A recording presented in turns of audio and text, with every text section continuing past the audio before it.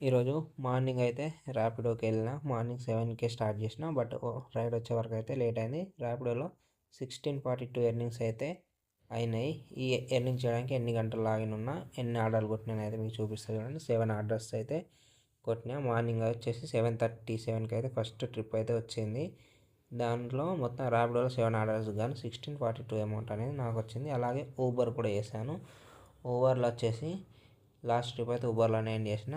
7:40 ఆ టైంలో 551 అయితే వచ్చినాయి. ఇందులో ఊబర్ వాడు ఏంటంటే 2 టైప్స్ ఆఫ్ కమిషన్ కట్ చేసుకుంటున్నాను. కమిషన్ 1 ఏంటి, ప్లాట్ఫామ్ ఫీజ్ అని 15 రూపీస్ ప్లస్ కొరియర్ ఫీజ్ అని 18 రూపీస్ అయితే కట్ చేసుకుంటున్నాడు.